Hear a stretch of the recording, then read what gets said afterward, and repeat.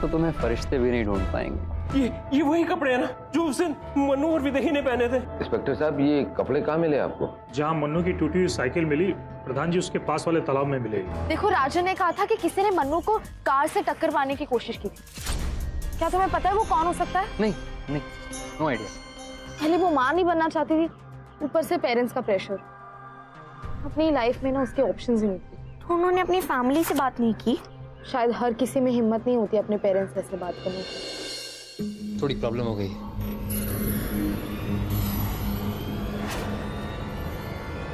Problem? कैसी problem? हमने तो एकदम सटीक प्लान बनाया था ना। क्या हुआ भैया, किसी को पता चल गया क्या? किट्टी और प्रिंस आए थे तुम दोनों के बारे में पूछताछ करने। देखो, प्लान के हिसाब से पुलिस को तुम्हारी टूटी साइकिल मिल गई, खून भरे कपड़े मिल गए, ब्लैंक कॉल लेटर, सारी कहानियां पता चल गई। फिर भी मानने को तैयार नहीं कि तुम अब जिंदा नहीं हो। तो तूने उनसे क्या कहा? अरे मुझे क्या कहना था, मैं कह दिया नहीं पता। पर मुझे लगता नहीं वो मेरी बात इतनी आसानी से मान गए। किट्टी की आंखों में शक देखा है मैंने। अगर उन्होंने पुलिस को बता दिया कि उनको तुम पर शक है और कहीं वो जिगर भैया का पीछा करते हुए यहाँ तक आ गए तो? वैदेही, ऐसा कुछ नहीं होगा। जिगर, तू एक काम कर, तू यहीं रुक जा हमारे साथ, और जब तक ये मामला ठंडा नहीं हो जाता तो यहाँ से मत जा। बस आज रात की बात है, वैसे भी कल हम लोग ये बदलीपुर छोड़कर हमेशा के लिए चले जाएंगे। ये सही रहेगा। और जब तुम दोनों नहीं मिलोगे तब सभी ये सोच लेंगे कि तुम लोग मर गए और एक वक्त बाद ढूंढना बंद कर दिया।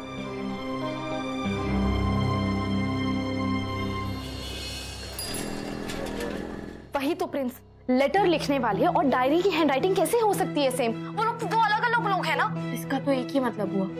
तारा, तू भी वही सोच रही है जो मैं सोच रही हूँ? और तुम दोनों सोच क्या रहे हो, हमें भी बताओ। भाई दोनों एक ही हैं। दोनों? कौन दोनों? डायरी लिखने वाले और लेटर लिखने वाले। मतलब वैदेही अपने आप को लेटर्स लिख रही थी, और वो क्यों? वो सबको बताना चाहती थी कि कोई उसे लेटर्स लिखता है। ये भी मान लिया कोई उसे लेटर्स लिखता है, अब? और कोई इसका पीछा भी तो करता है, जैसे विनी कह रही थी। ये भी मान लिया, तो अब इन दोनों को आपस में जोड़। वैदेही ने किसी और के नाम से सारे लव लेटर्स अपने आप को लिखे और सबको ये भी बताया कि कोई उसका पीछा करता है। हाँ, मतलब अगर कोई लेटर लिखने वाला है ही नहीं तो पीछा कौन कर रहा है? वो ऐसा भी तो हो सकता है ना, ये सब कहानियां थी जो वैदेही ने बनाए थे। देख, अगर ये सब नकली है तो हो सकता है ये ब्लैंक कॉल्स भी नकली हो। यार पता नहीं क्या केस, जो दिख रहा है वो है नहीं और जो है वो दिख नहीं रहा। तो फिर हमारे पास तो कोई क्लूज ही नहीं है, क्योंकि ना ही वैदेही को किसी ने लेटर्स लिखे और ना ही किसी ने उसका पीछा किया। जो किया वैदेही नहीं किया। पर वैदेही ने ऐसा क्यों किया यार? इसी में कहीं क्लू मिलेगा यार। देखो, अच्छा, मन्नू को इसके बारे में पता था या नहीं? मन्नू पे तो खुद इतना जानलेवा हमला हुआ था।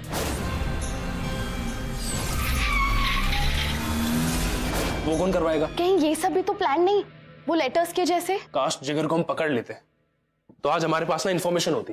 प्रिंस, तूने पीछा किया था ना उसका? हाँ किया था, लेकिन वो बच के कहीं निकल गया। लो, गई भैंस पानी में, ले दे के वहीं आगे जहां पहले थे। किसने कहा है दुनिया गोल है? Don't worry kitty, I know कि तुम कोई ना कोई रास्ता जरूर निकाल लोगी। चलो, पहली बार बदलीपुर के प्रिंस ने मेरी तारीफ तो की। पहली बार क्यों? इससे पहले भी तो हमने बोला है कि तुम बिना मेकअप के भी अच्छी लगती हो। हाँ? कब कहा?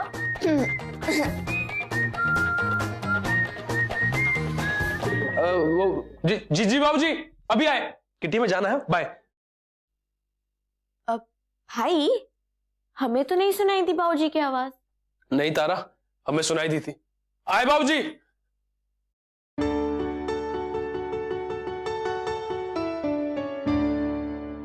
भैया एक काम करो, आधा किलो ये भिंडी दे दो। अच्छा नहीं, भिंडी नहीं, ये बैंगन दे दो, बैंगन। अच्छा नहीं, बैंगन नहीं। एक काम करो, आलू दे दो, आलू। अरे आलू तो कल ही खाया था यार, अब क्या करूं। एक काम करो, वो मटर दे दो। हाँ मटर ठीक है, मटर। नहीं, मटर नहीं। इतना कंफ्यूज मात साहब, ये आदमी लोग इतना कंफ्यूज क्यों होते हैं? मात साहब, सब्जी लेने के लिए भी कंफ्यूजन। ब्यूटी आंटी, इनके चक्कर में 4 ग्राहक चले गए, 100 ग्राम सब्जी भी ना खरीद पाए। अरे भैया, खरीदते हैं, जरा चॉइस करने में समय लग जाता है? आप तो रहने दीजिए, तू जल्दी से आधा किलो आलू, गोभी और टमाटर तोल दे फटाफट। सब्जी अच्छी बनेगी, चिंता मत करिए। मात साहब पक्का दे दूं ना? हाँ, लेकिन आलू तो मैंने कल ही तू खाए। जल्दी तोल, टिप टॉप करके रख दूं यहाँ। दे दो भाई, दे दो। आपका बहुत बहुत धन्यवाद। आपको नहीं पता कि आपने मेरी जिंदगी की बहुत बड़ी दुविधा दूर कर दी। अपना फैसला खुद ही करना चाहिए मात साहब। अच्छा लगता है जब कोई ऐसी मदद कर देता है तो। मेरी माँ भी ऐसी कहा करती थी और मैं उनका कहा हमेशा किया करता था। आज आपको देख के मुझे मेरी माँ याद आ गई। मुझे देख के आपको अपनी माँ याद आ गई? इतने अधिकार से तो वही कहती थी ना। ज्यादा अधिकार ना आजादी छीन लेता है जीने की। आप तो आजाद हैं, आपकी आजादी भला कौन छीन सकता है, हैं? और रही बात मेरी, तो मुझ जैसे अकेले आदमी को भी कभी कभी लगता है कि कोई हो जो उस पर अपना अधिकार जमाए। अच्छा लगता है। कितना हिसाब हुआ? 70 मात साहब का और 30 रुपए बीटी आंटी का। मैं देता हूँ। ये ले। मेरे भी हो गए हिसाब बराबर। अच्छा चलिए, क्या बात कह रहे थे आप? आपकी तो बात ही अलग है। एक अधिकार से आपसे कुछ बात कहूँ? हाँ कहिए ना। जब आप सब्जी बनाइएगा तो थोड़ी सी मेरे लिए भी भेज दीजिएगा। आखिर पता तो चलेगी कैसे कुक है आप। वैसे भी बदलीपुर में एक अच्छी खबर सुने हुए तो सालों बीत गए। हाँ, आए दिन पता नहीं क्या होता जा रहा है। अब ये मन्नू और वैदेही तो अब। एक बात कहूँ आपसे, किसी को कहिएगा नहीं। बेचारी की लाइफ नहीं थी, छुप छुप के आती थी मेरे पार्लर में, रो रो के कहती रहती थी सास को बच्चा चाहिए, सास को बच्चा चाहिए। मैं होती ना उसकी जगह तो घर छोड़ के चली जाती। अब हम किस किस की लाइफ में झांकेंगे। चलिए चलता हूँ, आज का मेरा कंफ्यूजन तो दूर हो गया। आलू, गोभी और टमाटर ये लीजिए। सब्जी भेजिएगा जरूर। जरूर।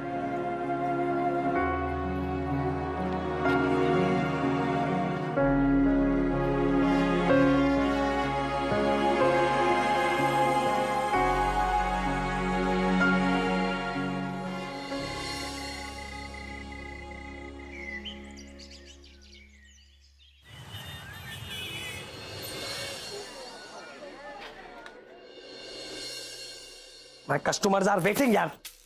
आने गई है किट्टी। अरे तू हमेशा you are so late. Kitty, क्या हुआ है? हाँ, कुछ पता लगा वो क्या हुआ विदाई वाला मामला? अच्छा, तुझे बड़ी जल्दी है। तू एंड टाइम पे क्यों धोखा देके भाग जाता है? यार अदरक को बहुत सारे काम होते हैं। किटी आप बताइए ना, हमें क्यों बुलाया यहाँ पे? किटी बताओ ना क्या हुआ है। हम सब लोग सुबह सुबह यहाँ इकट्ठा हो गए हैं। क्या किडनैपर का पता चल गया? मैम, कोई किडनैप नहीं हुआ। तो मतलब मर्डर हुआ है? नहीं, ना मर्डर हुआ है ना किडनैप हुआ। वो दोनों खुद गायब हुए। क्या? पर वो खुद क्यों गायब होंगे? मैम, मैंने सारी कड़ियां जोड़ ली। अब पिक्चर एकदम क्लियर है। क्या है तेरी क्लियर पिक्चर? दिखा जरा। रुक जा, टैब वो बुक दे। देखिए, सबसे पहले हम गए मन्नू के घर, उसके पेरेंट्स से मिले। वहां जाके हमने क्या देखा? कुछ प्रॉब्लम थी उन लोगों के बीच में, क्योंकि वो उन दोनों पर बच्चे का प्रेशर डाल रही थी। उनके बाबूजी ने तो कहा था कि ये रोज का सीन था, और वैदेही के डायरी में भी तो यही लिखा था ना। एग्जैक्टली। इसका मतलब वो दोनों अपने घर में बहुत परेशान थे, इसलिए दोनों ने एक झूठी कहानी बनाई। वैदेही ने खुद को ब्लैंक कॉल्स किए, खुद ही को लव लेटर्स लिखे और एक कहानी बनाई कि कोई उसका पीछा कर रहा है। अच्छा अच्छा, इसका मतलब वो मन्नू का एक्सीडेंट भी प्लान था? हाँ किटी यू आर राइट, ताकि सबको यकीन हो जाए कि कोई वैदेही का पीछा कर रहा है और उन दोनों की जान खतरे में। और वो बेंगलोर जा सके, यहाँ पर मन्नू का जॉब लगा था। आखिर कैरियर ही तो उनकी प्रायोरिटी थी। हाँ, वैदेही की डायरी में साफ लिखा था कि वो दोनों अपनी लाइफ खुद जीना चाहते हैं, अपने बेस्ट वे से, ना कि जैसे उसके पेरेंट्स चाहते हैं। इसीलिए उन दोनों ने अपने खून से रंगे कपड़े नदी में फेंक दिए ताकि सबको लगे कि वो मर गए। भाई बल्ले, क्या बात है भाई, तू तो यार जासूसी में आगे निकलता जा रहा है। अच्छा सीख रहा है मुझसे, वेरी गुड। अपना ही मर्डर का प्लान, इतना बड़ा कदम। जरा सोचो उन लोगों के ऊपर किस तरह का प्रेशर होगा जो वो दोनों ये कदम लेने के लिए मजबूर हो गए। जब जिंदगी पर वश नहीं होता ना तो जिंदगी बोझ लगने लगती है। वो अपने पेरेंट्स को समझा तो सकते थे ना, ऐसे थोड़ी करता है कोई। समझाया होगा तारा, लेकिन पेरेंट्स समझे नहीं होंगे या समझना चाहते नहीं होंगे। तो अब हम क्या करेंगे और कहाँ ढूंढेंगे उन दोनों को?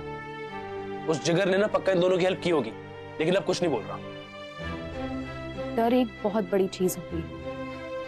मेरे पास एक प्लान है, शायद जिगर का जिगर पिघल जाए डर से।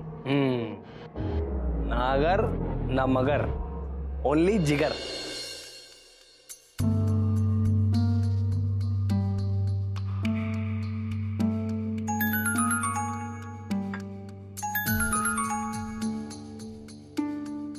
हेलो।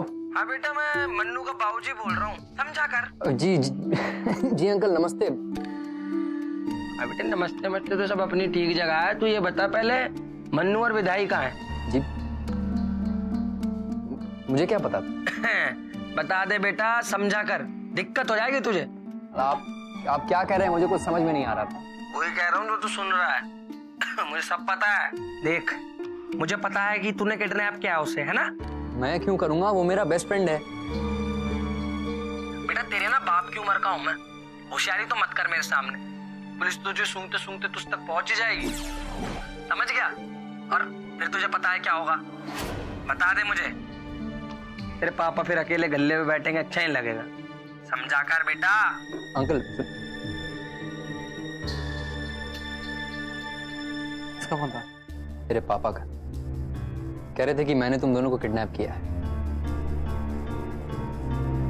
और पुलिस मुझे पकड़ लेगी। तुझे कैसे पता? पक्का पापा का फोन था? अरे बात बात पर समझा कर कह रहे थे। पूरी दुनिया में उनके अलावा कोई नहीं कहता। अब क्या होगा? मुझे वापस घर नहीं जाना, वरना मम्मी जी फिर से बच्चा चाहिए कि रट लगा लेंगी। अब मुझसे और बर्दाश्त नहीं होता। मुझे तो समझ में नहीं आ रहा मैं क्या करूं। एक काम करो, तुम दोनों अभी के अभी बदलीपुर से बाहर चले जाओ। वैसे तुम सामान पैक करो, चलो। क्या बात कर रहा है यार जिगर? तुझे ऐसे मुश्किल में छोड़ के हम लोग कैसे जा सकते हैं? तुझे लगता है हम लोग ऐसे सेल्फिश हो सकते हैं? मेरा क्या है यार, दुकान पे बैठना। पापा यही चाहते थे, बाहर जाने नहीं दिया पढ़ने। अब खपना है दुकान में तो खप लूंगा। कोई तेरे जैसे सपने तो है नहीं। हाँ, पुलिस पकड़ेगी, एक दो दिन परेशान करेगी, फिर सब नॉर्मल हो जाएगा। कम से कम कोई तो अपनी लाइफ अपने हिसाब से जिएगा। भैया, आपको सच में लगता है कि हम आपको इस हालत में ऐसे अकेले छोड़ के चले जाएंगे? देखो वैदी, तुम मेरी बात नहीं वे जिगर, तू एक काम कर, फोन दे मुझे। किसे कर रहा है? तू फोन दे। जिन्होंने सचिन और छाया की हेल्प करी।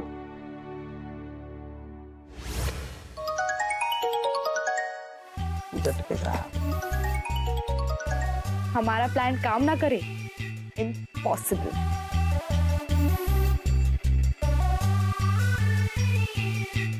हेलो, पक्का ये प्लान काम करेगा ना? अरे भाई, ऐसे मामले में इमोशनल ड्रामा ही आंख बंद करके काम करता है।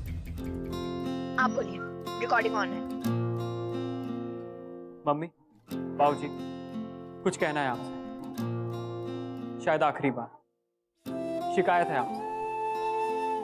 याद है आपने 2 साल पहले कहा था शादी कर लो। उस टाइम इतनी अकल नहीं थी, कुछ कह नहीं सकता था, लड़ नहीं सकता था। आपकी बात मान, और आप जानते थे कि मैं शादी के लिए रेडी नहीं। Anyway, thank you very much कि आपने शादी के बाद मुझे और वैदेही को पढ़ने दिया। अगर सब ऐसा ही चलता तो हम खुद को समझा लेते, पर ऐसा नहीं था।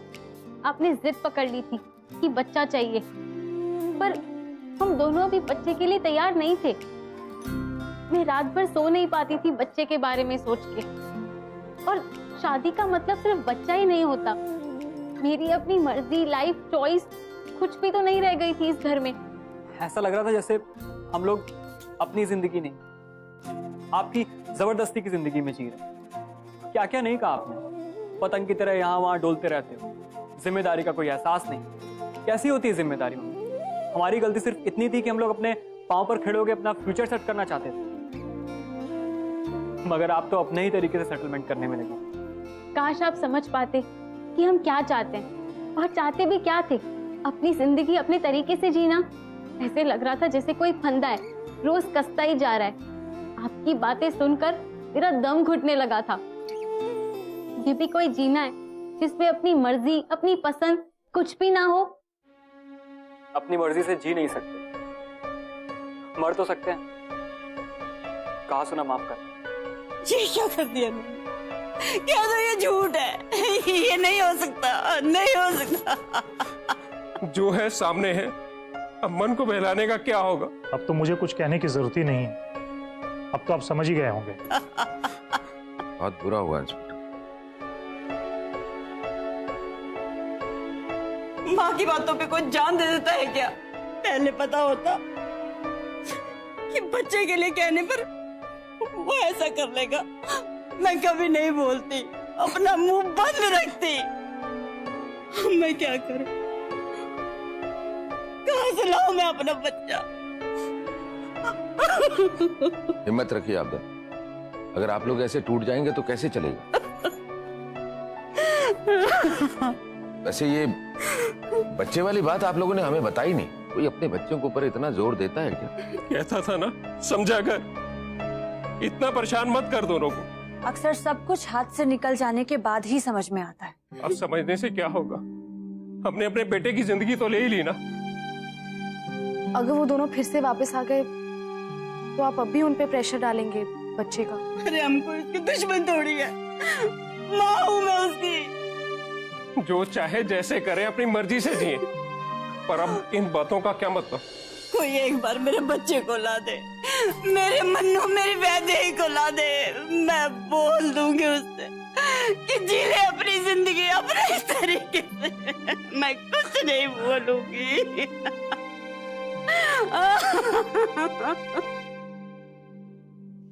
वैसे आंटी जी, जिंदगी में ना सबको सेकंड चांस नहीं मिलता, तुम्हें मिल रहा है, ले लो। सेकंड चांस मतलब? मन्नू, वैदेही, बाहर आ जाओ।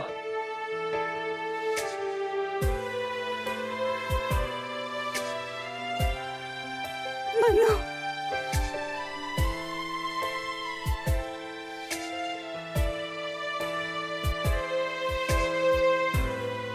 विदाई बेटा। मन्नू, वैदेही, भगवान का लाख लाख शुक्र है। मेरे बच्चा। तो वो सब क्या था?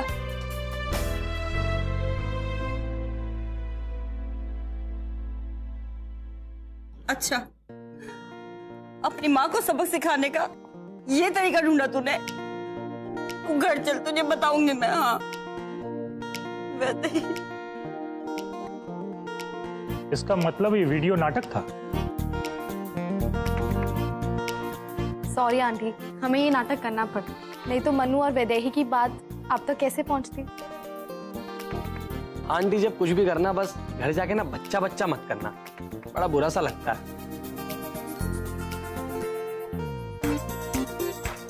मान जाओ, अब तो देश आजाद है। बेटा, तुम दोनों की जिंदगी है, फैसला भी तुम दोनों ही लोगे। बस खुश रहो, समझा गया? और कुछ नहीं चाहिए। ऐसे मन्नू, तुम्हें इतना बड़ा कदम उठाने से पहले जरा सोचना चाहिए था। I am sorry mummy, I am sorry बाबूजी। हम लोग पक चुके थे और हमें कोई रास्ता नहीं समझ में आ रहा था आपको सिखाने का। अगर वो नहीं समझ रहे थे तो हमसे बात करनी चाहिए थी, हम आपके माँ बाप को समझाते। प्रधान जी, आप ही तो कहते हैं कि दूसरों के घर के मामले में नहीं पड़ना चाहिए। अगर बदलाव के लिए बदलना पड़े तो हमें बदलने में कोई दिक्कत नहीं। और बदलीपुर आपके घर जैसा ही है ना? सो तो है। अरे भाई, कोई तो होना चाहिए जिससे बच्चे अपने दिल की बात कह सके। My life my choice. कोई किसी को समझ सके, उसे समझा सके।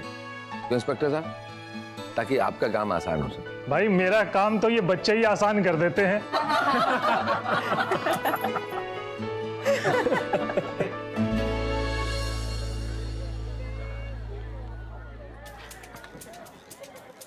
बहुत मुश्किल था ना ये केस?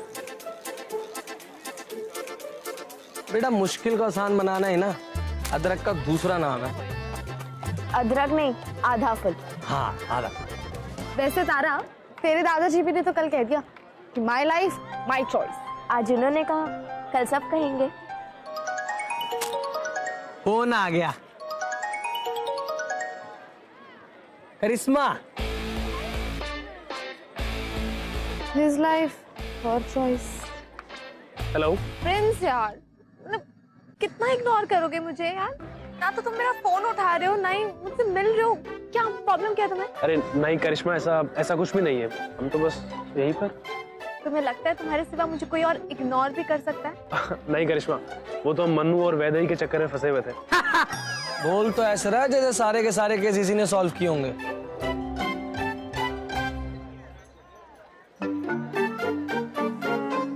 अच्छा ये बताओ, अभी तो तुम फ्री हो ना? हाँ वो करिश्मा, प्रिंस, मैंने पूछा कुछ तुमसे। डांट पड़ गई। प्रिंस। हाँ करिश्मा, हम बिल्कुल फ्री है। हाँ ठीक है, तो फिर मुझे मिलो कॉफी शॉप पे। Okay done, bye. अच्छा हम चलते हैं। हाँ बाय।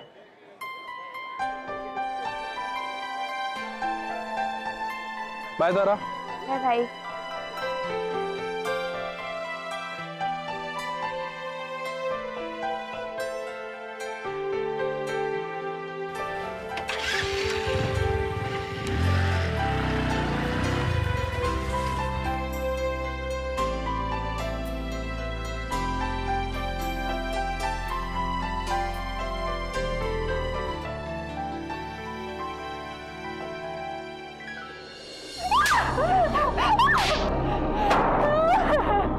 इसमें ये कौन है? अरे यही है जिसने हमारे चिप्स के पैकेट और जूस वगैरह चुराए थे। एक काम करते, इसी जगह वापस चलते, पता लगाना होगा ये लड़की है कौन। पकड़िए उसे। इसे से घर पहुंचाना होगा। मुझे घर नहीं जाना, तो मुझे मार देंगे। जिस लड़की को देखो मुंह लेकर यहीं चली जाती है। हवेली का मान सम्मान सब खत्म हो रहा है और ये सब यहाँ नहीं चलेगा, समझी?